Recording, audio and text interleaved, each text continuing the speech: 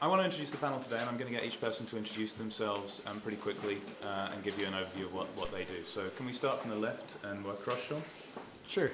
I'm Sean Ellis. I have spent most of the last 15 years inside two companies where I ran marketing from launch through NASDAQ filings. And basically for the last 2.5 years, I've been on this really steep learning curve of just joining companies when they're pretty early and advising them and working pretty hands-on with them through big swing in growth. So Dropbox, Eventbrite, Zobni, a lot of really good companies over the last couple of years.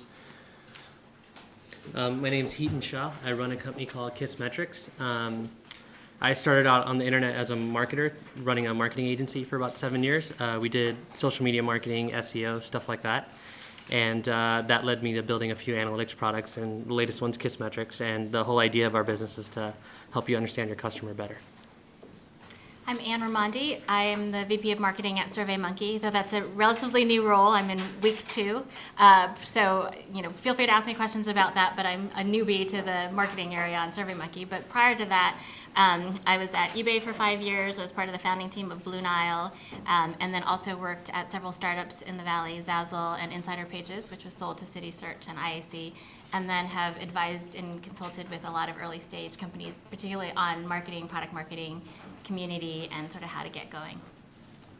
I'm David Radinsky. I've been doing online marketing for about 10 years and focused on paid search before Google had a paid search product, really. I did 8 years of client-side marketing at startups, and then for the last 2 years I had my own paid search agency, and we help companies ranging from startups to publicly traded e-commerce companies. Cool. And I'm Alex Schultz. I also worked at eBay for 4 years in the UK and then the US, and I've been running internet marketing at Facebook for 3 years now on the user growth and advertiser acquisition kind of stuff. So I wanted to run just a quick few questions past you for a show of hands to give us an idea of what the audience is like, if nobody minds. Firstly, how many people here have themselves run any paid search marketing? Hands up. Okay, hands down. How many email marketing? Okay, getting a feel there. Cool. How many people have websites where they use Google Analytics? Okay, good. How many people have used DoubleClick or a company like that? Okay, interesting. Cool. And size of company. How many people are working for a company with under 100 employees? Over 100 employees. How many people here are working for themselves? Okay, cool.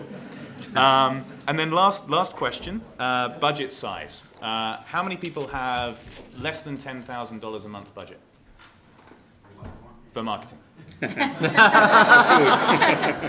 And for food? Good one.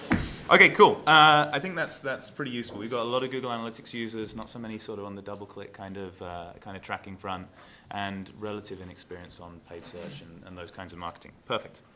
Okay, so first question for the team, and I think I'd like to start, Sean, with you, if that's okay. Sure. What would you define to start with as internet marketing? That's a good question. To me, internet marketing is really leveraging just the network effects and essentially reaching people through the internet in any way that you can, and there's just a lot of different angles that you can use the internet to reach people. Kind of the most efficient is user get user in very sort of viral network effect ways, but there's a lot of active intent in Google and being able to tap into that as well. So it's really, but I don't personally in the startups that I work with necessarily limit myself to online as being a way to grow the business, but I tend to gravitate toward online because it works best, but I don't limit myself to it. Cool. Ethan? I agree. I think the key takeaway for me is that the tactics keep changing. So if you narrow it down to anything very specific, you end up limiting yourself. So what Sean said makes perfect sense. It's any way you can acquire a customer online, because it's internet marketing. That was the term. And anything to add? Yeah, I think the only thing I'd say is it's it's anywhere you can talk to a customer digitally. So not just because they may not be ready yet. So in terms of, I think we're going to talk about the funnel, but thinking about what stage of a decision they're at, or if they don't even know that they need your product yet, how do you talk to them digitally? Yeah, I'll just rattle off a couple of tactical categories of internet marketing that I think about. Search engine marketing, search engine optimization, social media marketing, comparison shopping engines, display advertising, affiliate marketing. Did I say email marketing yet? Email marketing, lead generation. There are, like everything in the world, it used to be that you were just an online marketing expert, and now it's getting more and more specialized. And, at some point, the search engine marketing experts of the world will be the search engine marketing experts who specialize in video, on content, doing something else. So it's getting increasingly complex and diversified. So your point there on top and bottom of the funnel that you said, Anne, I think everyone's got a few thoughts about what one needs to think about before one gets kicked off on internet marketing. Why don't you start with your thoughts about like where in the funnel you're playing and what you should think about first before you start? Sure. I think the first place to start probably is, who's your customer? Are you a consumer play? Is it a business? Is it a small business? Who's the decision maker? And how are they going to make the decision? Is it simple? Is it complex? Is it going to take them a long time? Is it easy for them to just try it? So thinking about, I think that's the first place to start with any channel, is think about your customer. Razorfish did a really good study that's worth looking at on defining the funnel in terms of driving consideration, so making sure your product's in the set of things that the customer is actually going to make a decision against, and then conversion. So it is good to think about those three steps. So where are they going to be when you want to drive awareness, and who's going to influence that? Is it friends? Is it family? Is it a boss? Is it coworkers?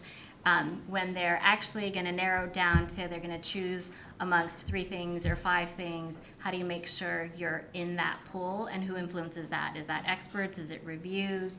Is it still, friends and family? And then when they're actually going to get their wallet out and pay for a product, what's going to actually drive that decision, and what information do you need to get to them where to get them to convert? So I think thinking about that funnel of how your customer makes the decision can help you choose, which channels and which messages to put against that. Eden, from the point of view of like analytics, when you look at that funnel, like what channels have you seen working well at different points in the funnel? Yeah, so at a very early stage, I actually try to think of the product as marketing, like that's your primary objective. So understanding your customer is really important in that case, but also how can you bake in customer acquisition into the product itself? And now with social media and a lot of those kind of channels that are very social and people are sharing stuff, you can actually make one user equal, 0.1 or 0.2, or even another user, meaning that they're inviting people in and things like that. And you can have a high kind of viral factor there. But I think there's simple things like taking SurveyMonkey as an example. It's like if you sign up for SurveyMonkey and it's on the free plans, and then you put out a survey, at the end, after someone hits the submit button, you get a message that says, why don't you create your own survey, something similar to that. And then you're guided through their own funnel of acquisition through that channel. And that's their own channel, and a channel that they didn't really need to pay for, right? And it was as kind of like the usage of the product created the channel. In our own case, we have a qualitative product. It's not competitive SurveyMonkey, but it's similar in the sense of if someone, we have a little pop-up question on pages that we power. And what we've noticed just recently is that people that come from that channel, because we have a powered by button, and also a similar call to action to get them to create one of those for their sites, people that come from that channel convert about twice as much in terms of their conversion rate compared to other channels for us. So I would say don't forget, especially early on, things that you can do in your own product to encourage new customers as a result of the existing customers you have. That's an excellent point. Like the point of using your product to do the marketing for you, where you've got free channels with big volume, is actually a big driver for lots of companies. That little link on every Google page that says advertise is their biggest source of advertisers. So you're more from the paid side, David. So how would you balance that sort of free stuff, that messaging with paid stuff lower down in the funnel? Yeah, I think lower down the funnel, when you're talking about should you even do paid search, and the first question that I always ask trying to figure out about clients are they a new product, a new mousetrap, or are they a substitute product or a competitive product what exists? And if you think about it, pretend it's 1999 and you're the vice president of marketing at TiVo, and you come to me and say, well, I want to market TiVo on paid search. Well, what keyword are you going to type in the paid search? No one knows what TiVo is. You can't type in alternative to VCR. Maybe you could, but I don't know that anyone would have the brains to think about that. So you end up saying, okay, well, this is not a product. It's a new mousetrap. It's not a demand fulfillment type of product. There's no intent behind the user, so you have to market higher up in the funnel, and that's where the demand creation comes in. And so what I tell clients from a paid search perspective is, well, I can't really do much for you in search. What I can do is I can run you on, for example, the Google Content Network, where you're showing up in ads embedded within articles. I'll give a plug for Facebook PPC. Facebook is becoming a bigger and bigger area of demand creation. I think we could talk about the demand intent elements of Facebook, but Facebook's a great way. Facebook's the only time in history, in my opinion, where people have actually been honest about their demographics and psychographics on the web. And that's an incredible, until they get scared of privacy issues, that's still going to remain. But right now they are very honest, and from a demand creation perspective, I mean, if you know your target audience, what better place to put an ad out there that says, you're a 35-year-old guy in San Francisco looking for a date, well, check out our new dating site, whatever. So I think you have to understand the product, and you have to sort of understand what part of the funnel is going to actually be feasible for the product. Great. And Sean, you've been more focused, you were saying about the viral loop and getting people back for lower price. Where in the funnel do you play, and what do you think works best? Yeah, so I think of the funnel probably a little bit differently. For me, I think one of the biggest challenges for a startup is ultimately being able to spend any money cost effectively, and that's really hard, surprisingly hard. And there's a lot of things that you can do to actually make that possible. And so the starting point is making sure that people actually need the product that you've created and understanding why they need it. So I use SurveyMonkey a lot for getting to that type of information. And then as soon as I have that information, then I use Heat and Sprout at Kissmetrics to basically, with the funnel, take people from a message that creates an appeal for the product and sort of a promise of what the product's going to deliver, and then ultimately try to keep them engaged through that messaging at each step. So if there's an install for your product, basically I'm trying to do everything that I can to get them to the point where I actually gratify them on that first visit. And I know I'm not going to be able to convert them unless I can give them a good experience. And I know I can't give them a good experience unless the product has reached a level where it's giving people good experience. So if you try to scale with either one of those things, you're going to have a really hard time building channels in the first place. So I get involved with companies right at the very early stage, and the first thing that I'm looking for is, are the few people who've been exposed to this actually gratified to a point where they consider it a must-have? If not, I'll fail as a marketer. I don't have a chance. So I won't touch that. Then the next point is, how efficient is the process of converting them to a point where they become a gratified user? And that's where a lot of the understanding in the funnel, for 100 people that go into the top, the 2 people that have a good experience with the product, what happened to the other 98 people, and how can we run experiments to try to get it up to 15 people? If I can get it to 15 people instead of 2 people, I can spend 7 times more money getting someone to the website in the first place. And so one company that I worked with for a long time, most of the funnel optimization that we did, we spent money trying to grow that business. We hit essentially about $10,000 a month, so that's a good number that you brought up earlier, $10,000. That was the wall that we hit, and we couldn't find new ways to spend money. And then we put the brakes on the business, optimized the funnel, went back, tested the same channels, and we could actually scale them to $1 million a month and went cash flow positive the month after that, and the company did a NASDAQ listing this past summer. So to me, funnel, it was really critical in our ability to actually be able to grow that business in the first place. Yeah. Sorry for the long-winded answer. No, it's great. There's some good answers across the board there, and I think that metaphor of the funnel for understanding how you do marketing on the web, create the demand, fulfill the demand. When you get them to the site, make sure that the flows are well optimized so that you're actually converting them, is a crucial way of looking at internet marketing. And the one thing I'd add to what you guys said is then think about retention. Because the worst case scenario, and one of the most exciting things for me about Facebook's business, and actually a lot of these social networks, Zynga, all those companies, is the retention number is so crazy. So you pour this stuff in the top of the funnel, it pours into the bucket at the bottom, and it's not just leaking out the bottom of the bucket. And that's the gift that keeps on giving, and it gives you a higher lifetime value, and you can invest more and more and more into it. And I think that also ties into the word of mouth, that if you can get them to a good experience, you'll be able to retain them, and something like Facebook will help you build that relationship and be able to retain people. But getting them to the good experience opens up natural word of mouth, where one other point, I think I heard a couple of people make this, is that, or Heaton made it, that tactics keep changing. 15 years ago, the business I was growing, the set of tactics that work don't work anymore. We were the biggest banner advertisers at that time.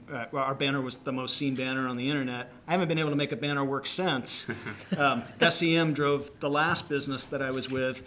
The last couple have mostly been driven off of free marketing. So Dropbox has their CEO did a presentation the other day. Said their users have sent 6 million invites in the last 30 days. I think it was 6 million, wasn't it? Or was Maybe it 3 3. million? I think 3 it's 3. million. All right. Yep. Inflation. So- So 3 million invites in the last 30 days. That's 100,000 a day of free marketing for the product. So I think it does change really quickly. Cool. Actually, can I just add one thing too? Retention is actually very relevant to search engine marketing as well for 2 reasons. One is just from lifetime value. If you calculate the actual value of a user, if you think about someone like Amazon going up against other e-commerce players, Amazon has such great retention that they can pay so much more per click now than their competitors. The other thing that's actually very interesting is that most of the marketing channels out there have started to add a measure of customer satisfaction into their algorithm to determine whether you even show up. So Google has this concept of quality score. On eBay and on Amazon, if you get too many negative user reviews, you actually get kicked off entirely. And effectively, the same is true for Google. So, if you haven't read The Loyalty Effect by Fred Reichheld, go out and get it, because it's huge to any business. Cool. So I saw a hand up in the audience, so we'll take a quick one. Mark? So I'd love to ask about, when you talk about the end of the funnel and increasing yields, it sounds like you're talking about things that are delivered digitally, like pieces of software somebody downloads, a little farm bill thing on Facebook. You're selling a physical product. It seems to be much harder to measure the closing end of that kind of customer satisfaction, customer retention thing. So I just wonder if you guys could address what happens if you're actually running a website where you're selling physical things and measuring some of that yield. Maybe how would you do that? I think the funnel metaphor actually came from the physical world of traditional a sales funnel. So Can I just quickly clarify what you mean? So you're selling the item on your site and then shipping it to people? Or are you selling it offline after having driven demand? So in our case, we might be selling it online. We sell it, we're not commercially yet, we have a solar thing. So we could sell it directly, kind of Amazon style, deliver to the customer, have an installer show up, or we might sell it through a distribution channel and deliver it to the needs. Yeah. So in both cases, there's a physical good that's going to get delivered, and satisfaction may take, an hour or maybe. Can I direct that to maybe Anne and Heaton? Because I think it's a data warehousing and the same sort of problem that eBay had to deal with. Is that okay? Yeah, absolutely. So, I think there are definitely ways, as long as you're tracking that user through all the, where did they find you online, onto your site, onto whatever the actions are that are meaningful on your site to get to conversion, making sure all that is tracked. And then if they can't actually put it in a shopping cart and pay for it on your site because it's a more involved process, again, making sure that you have a conversion event on your site that you're tracking.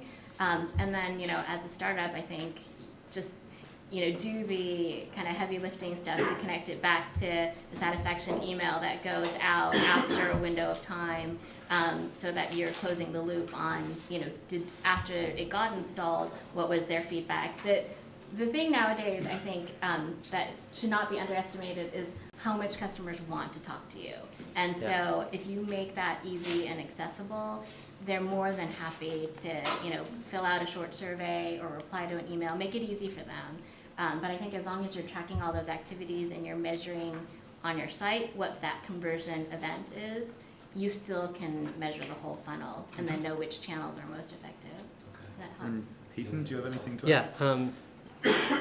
So do you actually have a site of your own that you sell this product on as well? So, we haven't started selling, but we have a simple 4 or 5 page website. We have a web form on there. We get something like 10% of the people who hit our site, Yeah. most of them already know our name, we can tell from analytics. Sure. To actually fill out this form. So Okay. we get what guys I know, one of my classmates started Quinn Street. Yep. And so these guys are amazed at a 10% to 15% Yep. flow through rate. So- And So that's a lead gen form, and then you sell them something based on that form?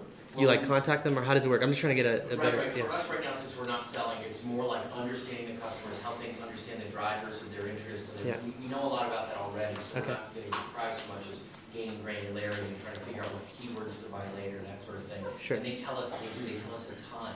They'll fill out all these details, and some are more like distributors and installers Yeah. who are interested in this, and most are still customers. So right now, it's really learning about those guys so we can lower our cost of sale, increase our sales velocity once we do start selling. And at the end of the day, you have their email address because they filled out the form, right? Email, So- address, so- phone numbers. Great. and So domain. don't underestimate your ability to use those channels.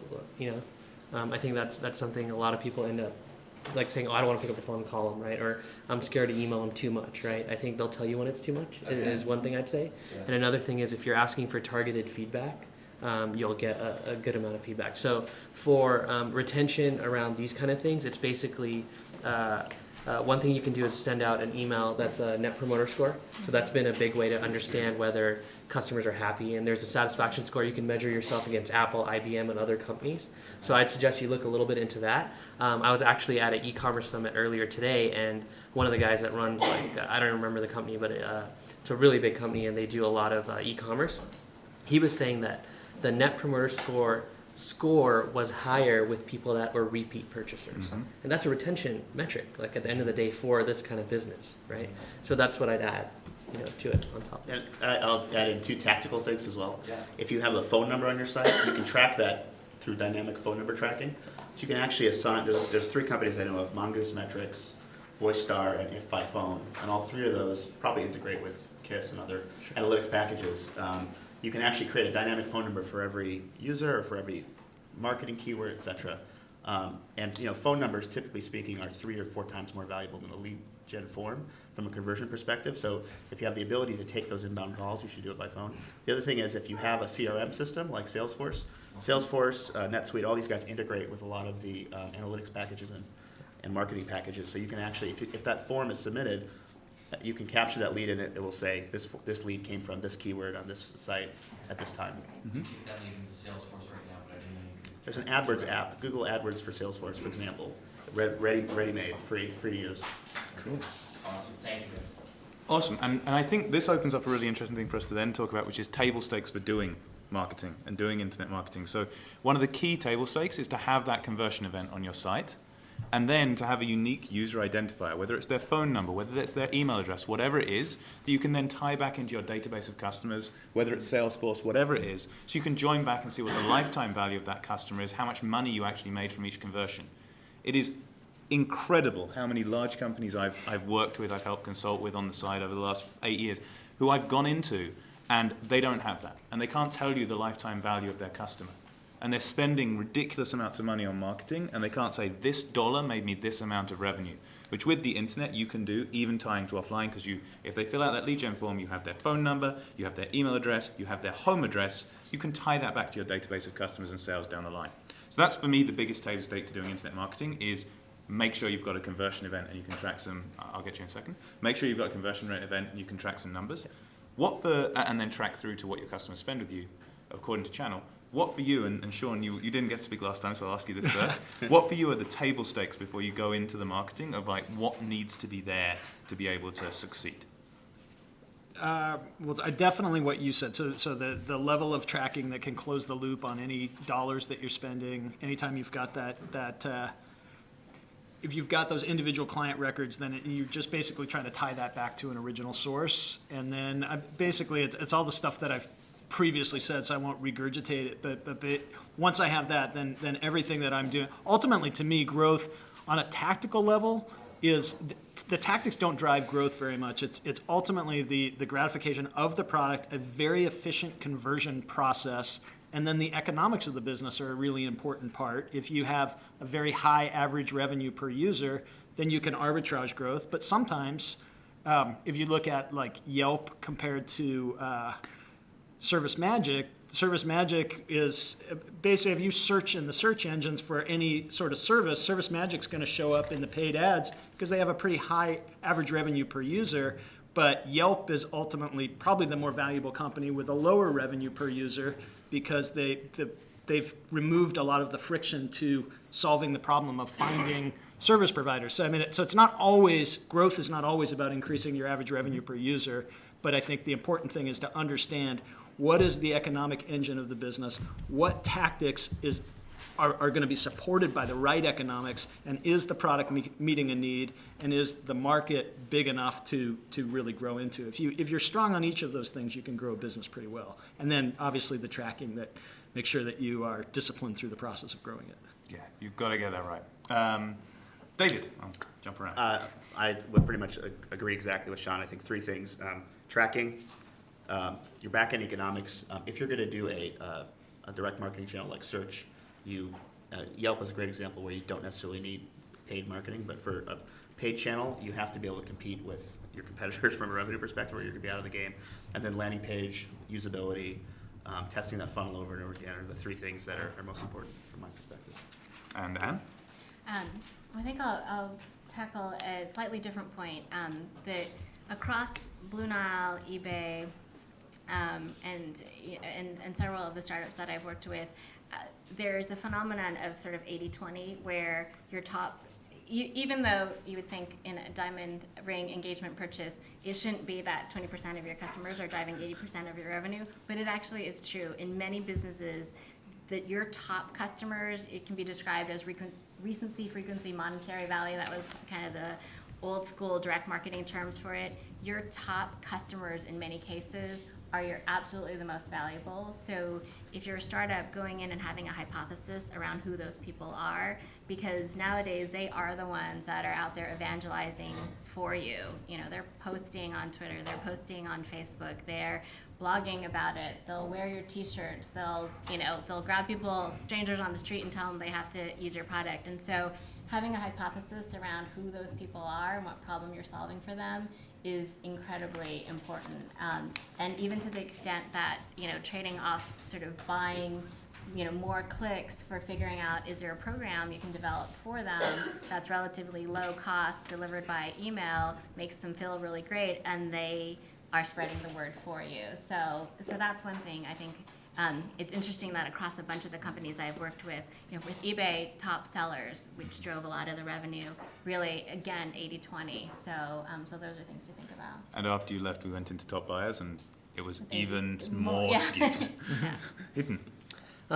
So what I'll add is I'm actually going to take a step back and say, let's start a little bit earlier. Let's say you're just about to start your product or create your product. I think to Anne's point, starting with some hypotheses around and assumptions that you're making around your customer is really important, and then using that to drive the initial metrics you decide to track, and also the initial small time channels that you use for marketing is going to be really important, because at that point you might not even have much of an idea of any of this kind of stuff, and all you're really trying to do is validate these assumptions that you have. And I would recommend that, I've had this experience myself in my own startups.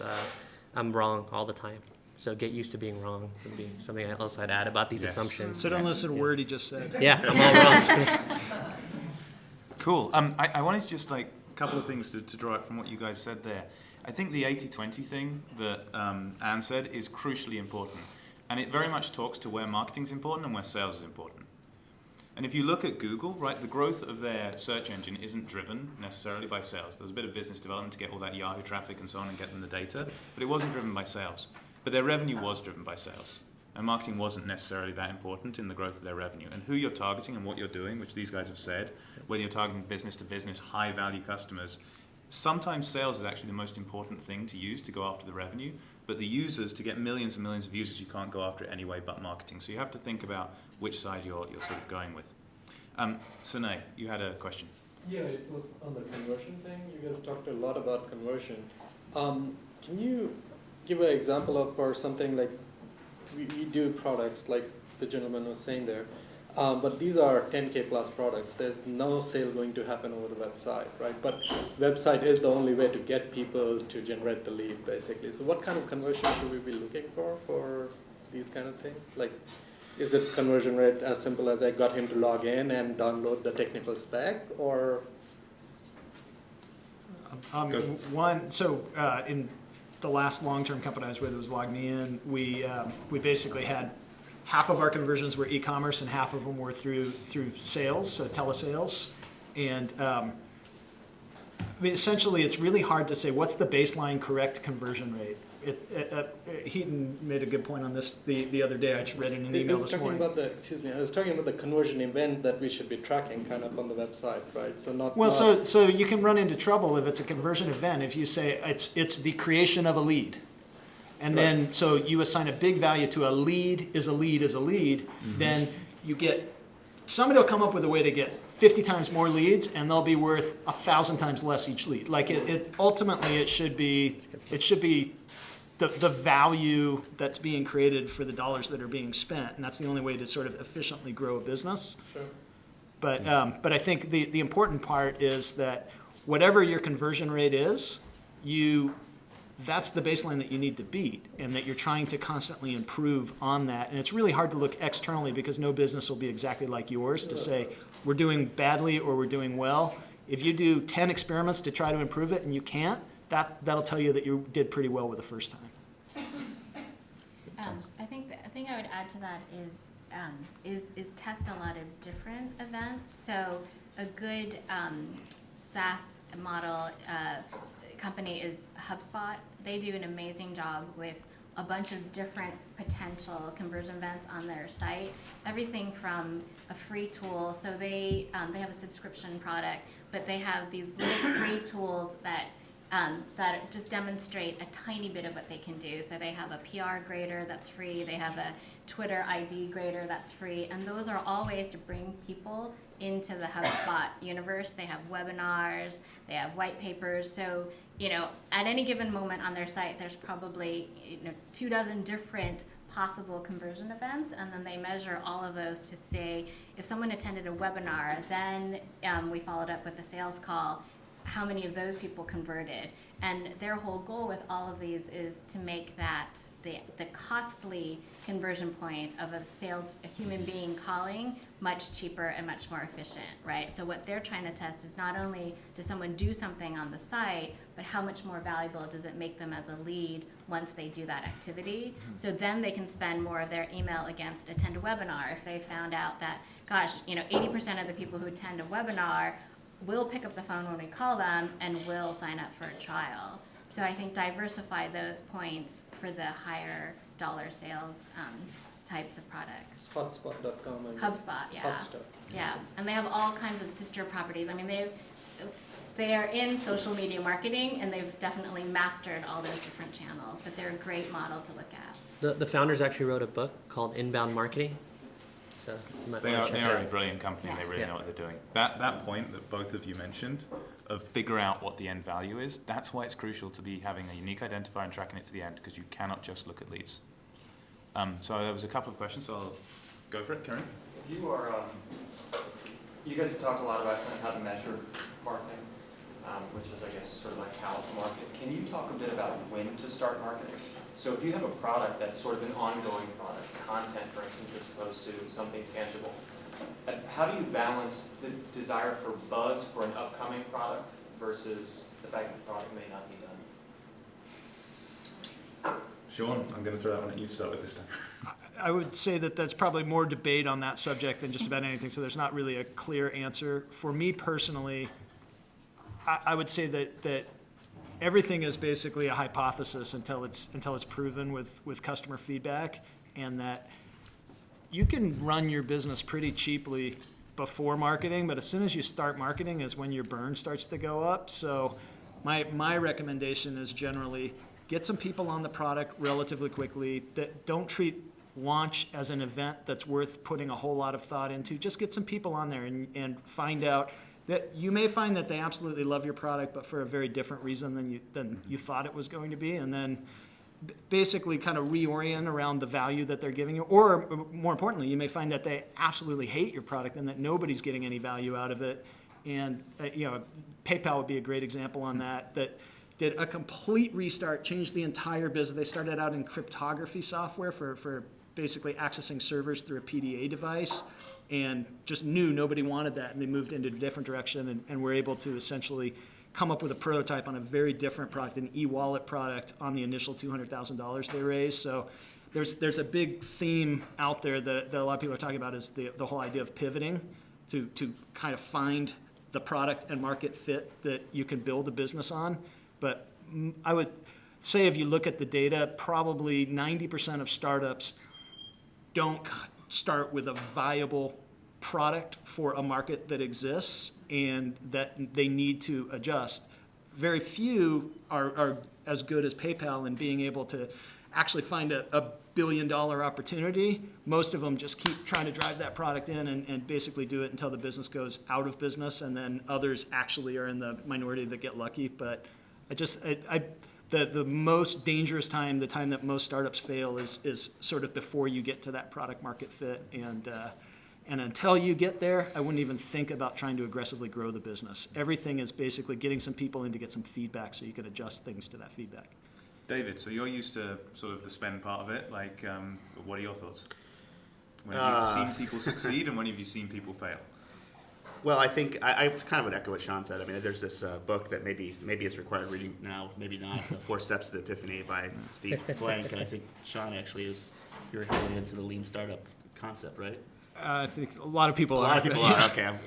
But I mean, the book in a nutshell, I mean, the biggest takeaway for me was that you find people who are potential customers, and until they say, yes, I will sign a contract right now for this $1 million product, then it's not time. The marketing comes second, after you've sort of really verified through pivoting and through customer research that this is the right audience for you. At that point, then it becomes sort of I don't think it's a sort of a one-stop, sort of you start, and then from that point forward, it's a linear growth of spend. I mean, it's always going to be start-stop, and of course, it's a cash flow issue. So I tend to be really hesitant to take people's money if they're tough on cash flow, because with paid search, at a best case scenario for me is that it takes about a month to get to break even, and in many cases it can take a lot longer, because it's just a lot of marketing. And this goes to conversion funnel, this goes to paid search, goes to anything is testing. And if you have a business plan that says, okay, I launch marketing in June and I'm profitable in July, you're gonna potentially be in trouble. So I'm actually usually pretty conservative about when you should start your marketing. Yeah, and it's interesting you talked about a launch event. I mean, one of the things that you'll notice is maybe some of the big companies are doing it more now, but launches aren't always that useful, right? Like running up and building up to a big launch event can be a good way to drive the company to execute and get something damn well live.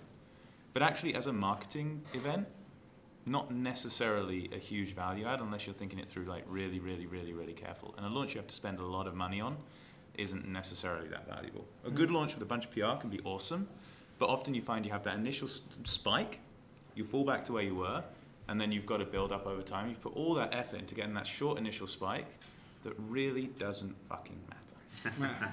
So, anyone want to push back on that? One just point on top of that is that really echoes what you're saying, is that basically what you're trying to figure out from a marketing perspective are repeatable ways to grow the business. One-off ways really haven't taught you anything about growing that business, and a launch by its nature can't be repeatable. You can't keep having launches. So get some people on there, figure out how to create value, and then once you've created value, and I have a metric that I look for that's, I survey the users often through SurveyMonkey and ask, how would you feel if you could no longer use this product? And I'm actually looking for a very specific metric of 40% of the users saying that they would be very disappointed without the product, before it's, okay, growth transition time, let's start optimizing funnel, let's get the messaging right, but basically, if you don't sort of have a go, no-go, then on a happy day, it's like we're there, and then on a day when your mood's different, you're like, oh, we're screwed. So it's better to have something a little more concrete.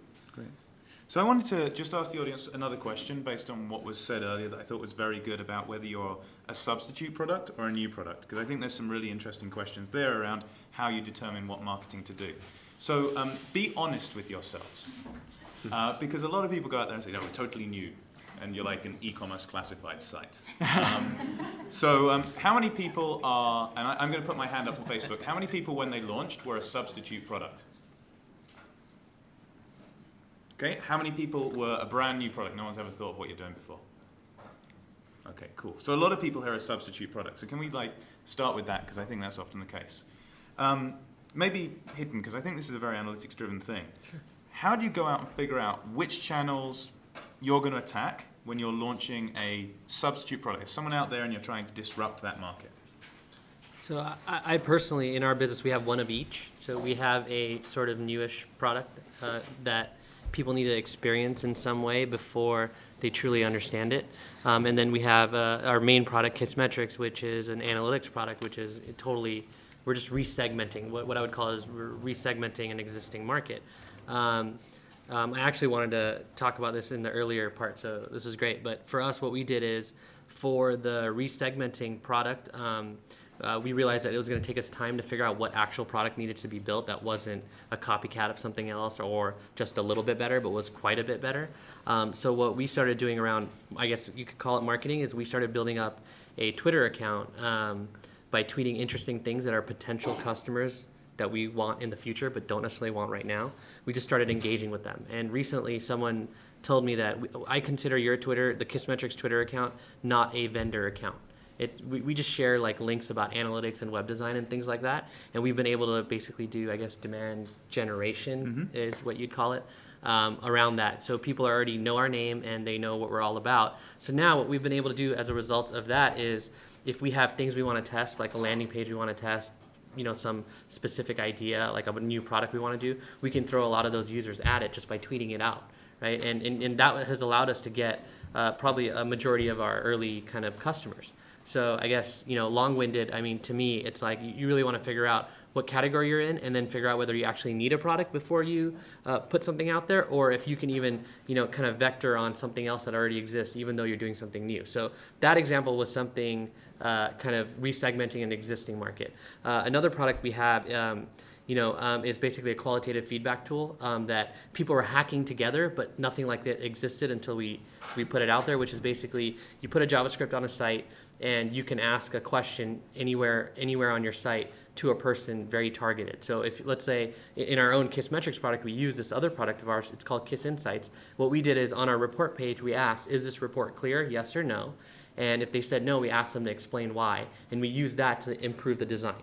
So again, like I was saying earlier, what we realized in that product was we had to actually, people have to experience it, and then that's how we create more demand for it, and that's how we get people to sign up. So once someone experiences that, we get a higher conversion rate on those folks, and they totally understand it. So I don't think there's any paid channel or any other channel we can use, but we still could use the same Twitter channel that we have. So in that category, we're doing advertising and stuff like that, but we're still having to generate a lot of demand, and we're probably going to have to write a lot of blog posts to help people understand what that product is and how it's going to benefit them. With the Kissmetrics main product, there's channels at Omniture, Core Metrics, even Google Analytics, and all these other companies that are, analytics companies, SEM, all these kind of channels, they're already using them.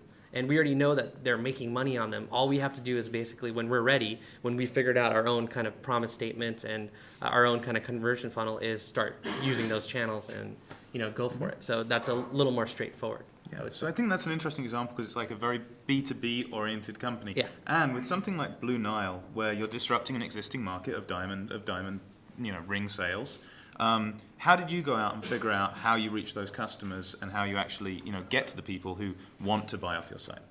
Yeah, so one of the things we were very metrics oriented before there were all these great tools, and just looking at the web logs, and then looking at what was happening through our customer support organization. I'll probably pause and say, do not underestimate how powerful customer support is as a marketing entity. Really think about that. If you're in a business that has customer support, think about customer support as an extension or as part of the marketing team, because that really was our marketing in the beginning at Blue Nile. And we just looked at patterns. The good thing about engagement ring sales is it's pretty easy to figure out the demographics. Business school students, and guys at law firms, consulting firms, and early on it was very grassroots. Talking to customers, they wanted to. The great thing about a diamond ring purchase, engagement ring purchase, is people want to talk about it as well, and then people want to know where you got it and if you had a good experience. And so, we had hypotheses around sort of where to find people. To Sean's earlier point in terms of how fast things change, our biggest channel was AOL in the early days. So, being the store on AOL. But beyond that, we would just look at where were there pockets of purchases happening, and what triggered that, and asking all these questions, right? So there were times when we did no marketing in certain states and cities, and we would see, a bunch of purchases happening within a 6-month period, and we picked up the phone and we called people, and what happened was, a guy at a law firm literally, heard about it from a brother who bought a ring, and then he told 30 other associates who were all in the same life stage, and then one by one that's where they purchased. But from there we could understand what was valuable. Was it the brand? Was it the customer experience? How could we improve that? Where else were they looking for information, and how could we be there? So I think it ties back to the talk to your customers. No matter how you do it, in person is actually awesome. In the early days of Insider Pages, we built up community programs because we were targeting, parent organizations to write reviews locally. And our best strategy was having someone walk into an elementary school with a box of donuts to talk to the PTA head and the principal. That's not online marketing, but it got a bunch of early parents interested, and then they got online and they emailed people and they sent it out, and they really created the programs with us. So talk to your customers. It's funny. And David, when you're going in and you're trying to disrupt a company that's already online, they're already doing good, how do you figure out what their keyword list is? Well, first of all, I want to, I'll give you the answer to that, but I do want to say that I had a funny sort of anecdote around engagement rings, because I work with an engagement ring, wedding ring company now, and we use Facebook very effectively. What we've done is we send people who are single, we send them to the engagement ring page. People who are married, we send them to the wedding ring page. Is that right? Engaged, we send to the wedding ring page. Sorry. People who are married, we send to the anniversary page, and we send the women to the fan page and the men to the site. Because our theory is that men wouldn't join a fan page about a wedding ring site, right? So I don't want anybody to know that they're researching. so if you want to do a case study, we can talk later. It's pretty funny. We're always looking for them. All right. But what I was going to say, in terms of how do you get keywords, how do you get research, I mean, that's the beauty of the internet. There's tons of this information available. Weblogs, of course, is a great way to see how people are actually looking for your site itself. There are tools like Quantcast and Compete.com, which will give you a ton of information about websites in terms of who's surfing them, what are the demographics, what are the demographic information. Google has a free keyword tool. You type in Google AdWords keyword tool, and you can type in any keyword, and they'll give you thousands and thousands of keywords with the volume, with the by geo, by price, etc. And there's proprietary tools like SpyFu and AdGuru, which are basically scraping Google nonstop to find keywords. The other thing I'll say real quickly too about a substitute product is if you're launching, I mean, I think one of the first things I try to do is I try to also help the client out with positioning, because that's pretty important. There's kind of that classic brand rule: if you can't be number one in a category, create a category you can be number one in. And if you're going up against, let's say, Blue Nile, and you want to market diamonds online, you're gonna have a real hard time convincing people who are already familiar with Blue Nile brand that they should go to you instead of them. So you have to, in a way, sort of figure out, if you are a substitute product, what is the value proposition that I bring, the unique selling proposition that Blue Nile doesn't. And I often think about sort of human emotions that are always useful in marketing, and there are 4 that I always talk to people about, which are fear, greed, vanity, and exclusivity. So if you think about that, what is it that I could sort of use against Blue Nile? Maybe something around exclusivity. Maybe you say, why do you want to go to some place that sells 100 million diamonds a year? You need to go to this place that handcrafted, chosen by jewelers, et cetera, et cetera. So it's not just a matter of finding those keywords. You have to also find a way to differentiate yourself in the market. Yeah, that's a really good point. Differentiation can be extremely key. So I want to ask like one more question. I've actually got a little list here in case there aren't any more questions from the audience, but I want to ask one more question and then ideally throw the rest of the session to you guys. And that last question comes from what you said at the very beginning, Sean, actually. Things are changing really fast. And I remember when pop-unders were the big thing, and then it was banner ads. And then after banner ads, actually it was affiliates, but those affiliates were basically doing paid search arbitrage. So then you did paid search yourself, having cut out the arbitrage. And now it's starting to be social media, and across all of that, there was actually viral marketing was very big the whole way through, and still is.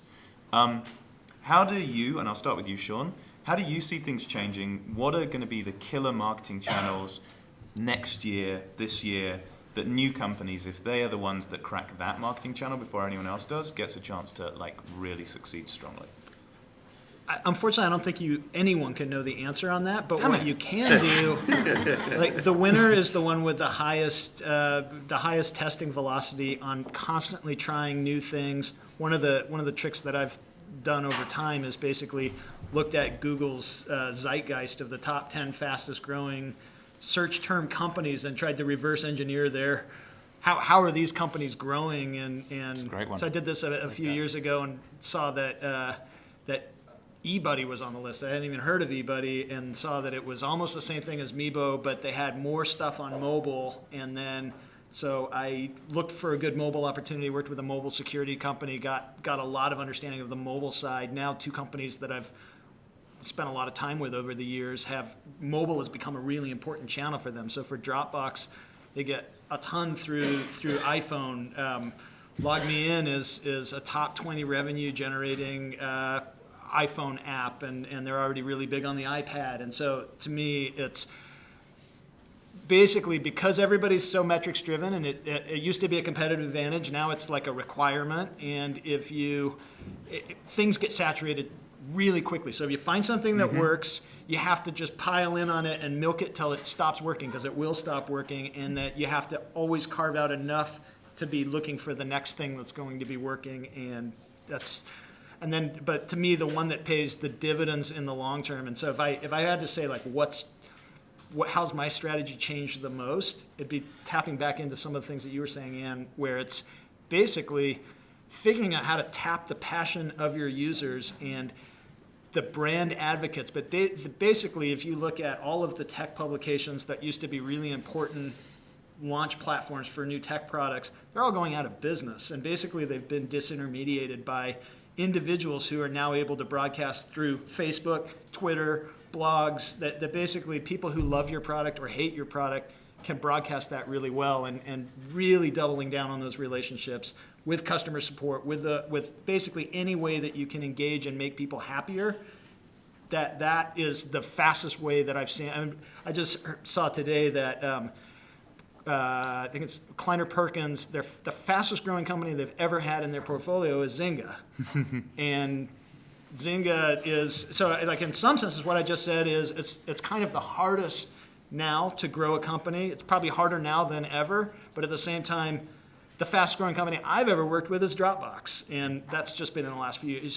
So basically, some of the fastest growing companies that really tap into thrilling their users and finding every way to tap into that passion are growing super fast at almost no cost, and that if you're really tactical in trying to develop channels, you're gonna have a hard time growing your business. So Anne, given that Sean was building on what you said, do you have anything to add about like what's next, what you think's coming up?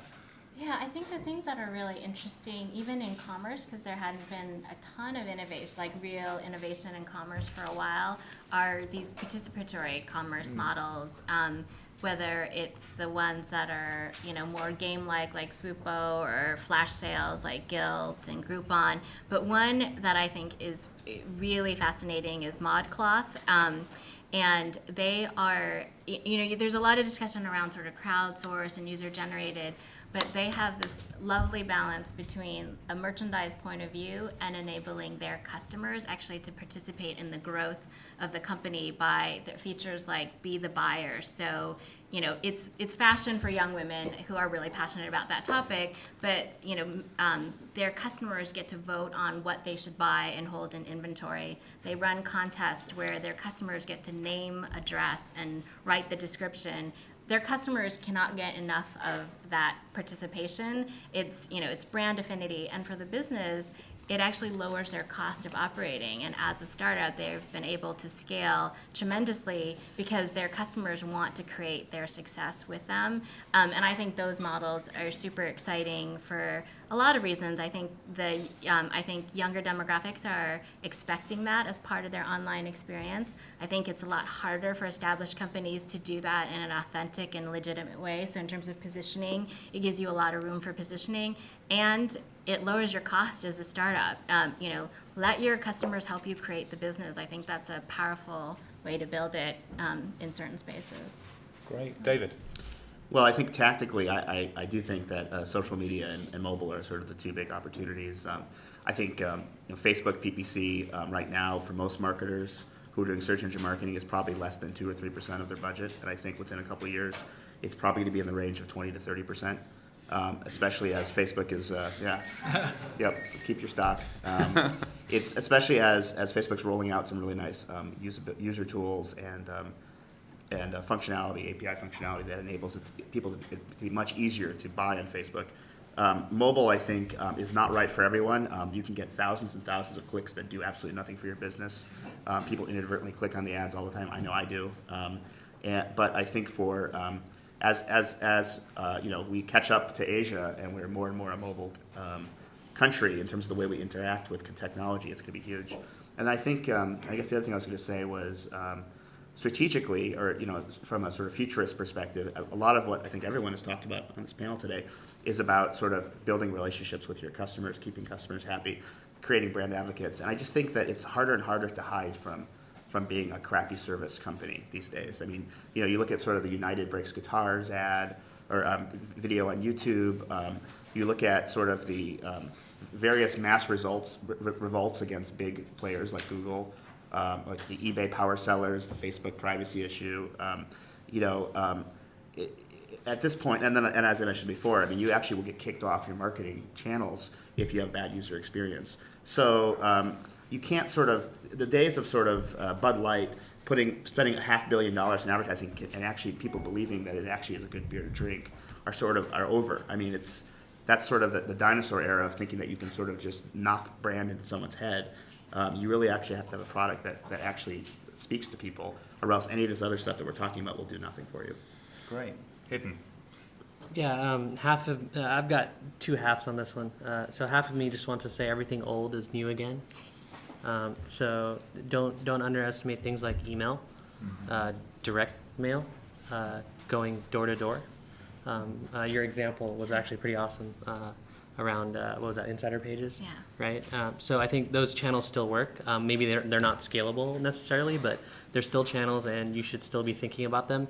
More importantly, if you look at like how direct mail was done, I think the newer channels, you can apply some of the same tactics that were used there around messaging and long form kind of sales letters and things like that, and apply them to your own business. And that's the stuff I think about the most.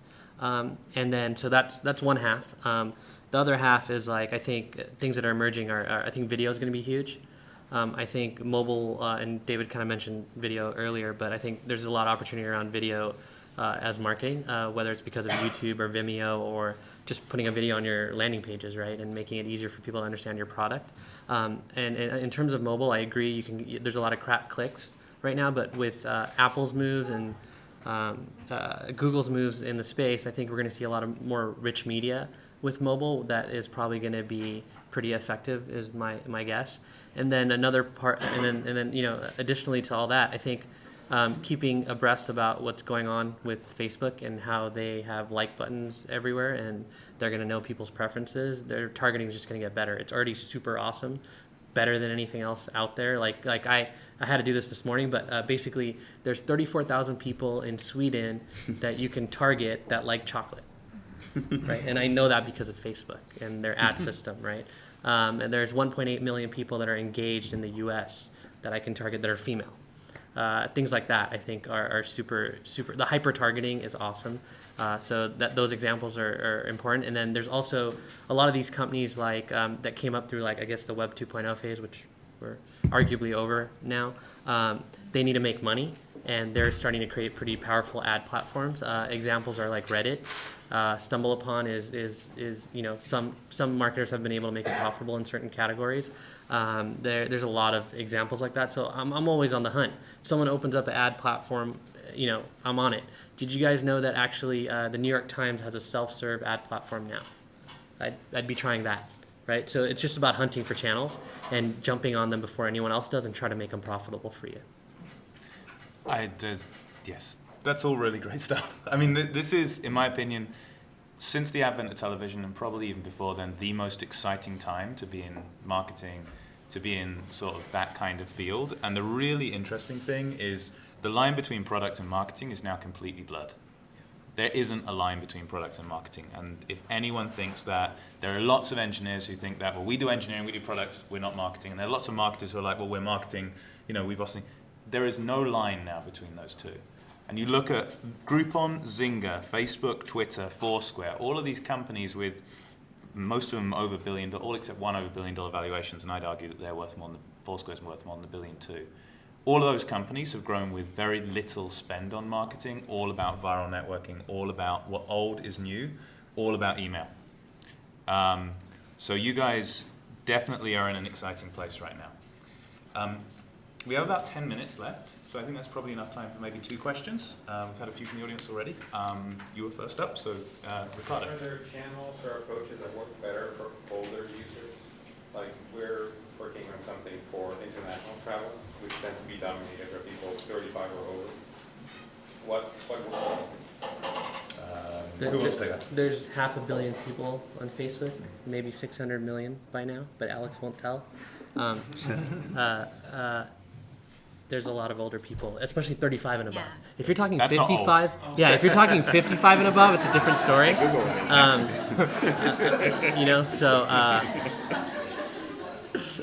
So actually the New York Times platform I mentioned is one I'd test if I were you, right? It's self-serve. They tell you it's like $10 CPM or something like that. You can do targeting by sections. 35 and over, no big deal. 55 and over, harder. Search works for most demographics as well, as long as it's not a really innovative new product. Search is the 30s, right? You want to get 30-year-olds? Buy on Google. You want to get 20-year-olds? Buy on us. I have heard that Facebook's fastest growing demographic, which is kind of a false metric, is over 35. Mm-hmm. There's actually a parody site called Pension Book, if you've ever seen that, which is really funny. It's like Facebook for people in their 70s. It's pretty funny. It's depressing. But the other thing I would Don't say... dump too much money into that. The other thing I'll say, which is a little bit more of an advanced technique, is the whole concept of behavioral targeting. There are a lot of companies out there, Blue Kai, Rapleaf, Yahoo offers behavioral targeting, and basically they've mined data over millions of different sources, and they know if someone's 50 and a woman living in Los Angeles and who's interested in chocolate. Mm-hmm. So, I do believe that Facebook's targeting is actually more accurate because it's not as inferred. People have been honest about actually giving that information, but I've seen an example. I work with a Flash shopping site, and we did display advertising on Yahoo, and we had a $20 cost per acquisition. We actually paid more for then adding BT to that and the behavioral targeting, and the cost per acquisition went down to $350. Yeah. Because we were able to target. So, something to look into. That's a really good point. So Blue Kai is a really interesting example to look at. When I was at eBay, one of the things that was very clear was that showing merchandising based on your gender was very important, right? If you're looking for shaving razors, showing someone a pink shaving razor if they're a girl versus a blue if they're a boy is going to get you a significantly higher amount of revenue. It really does make a big difference. Now, we didn't have much data on people's gender, only maybe a small percentage of people that actually entered it. And we built gender predictive modeling using just people's first name to something like 97% accuracy. Using just first name, no other data point, just literally your first name. Pat. Alex doesn't go well. 70% male. But, you're 70% male. You can guess someone's age by give me 5 websites someone's looking at and I'll give you their age. To within 5 years. But I would say, I'll do another plug for the Facebook ad platform, not just because Alex is sitting here, but I used it for a bunch of startups I work. It is amazing and it keeps getting better, not only for the actual ads, but for research. You might have a hypothesis of it's really these people who like these things. You can use the ad tool to find out if those people even exist and in what the volume is. But I will say the other thing about ads is test and test and test and test Mm-hmm.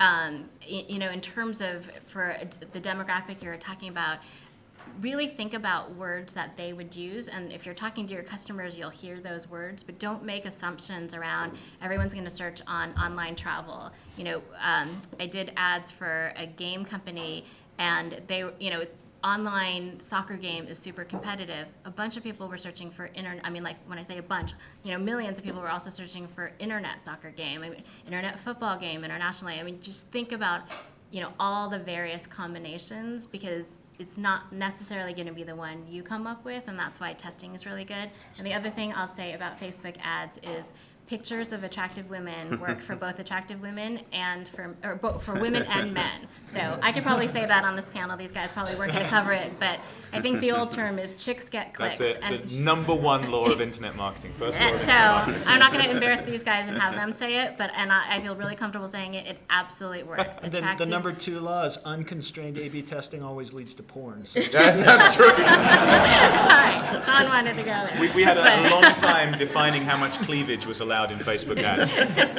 One more question.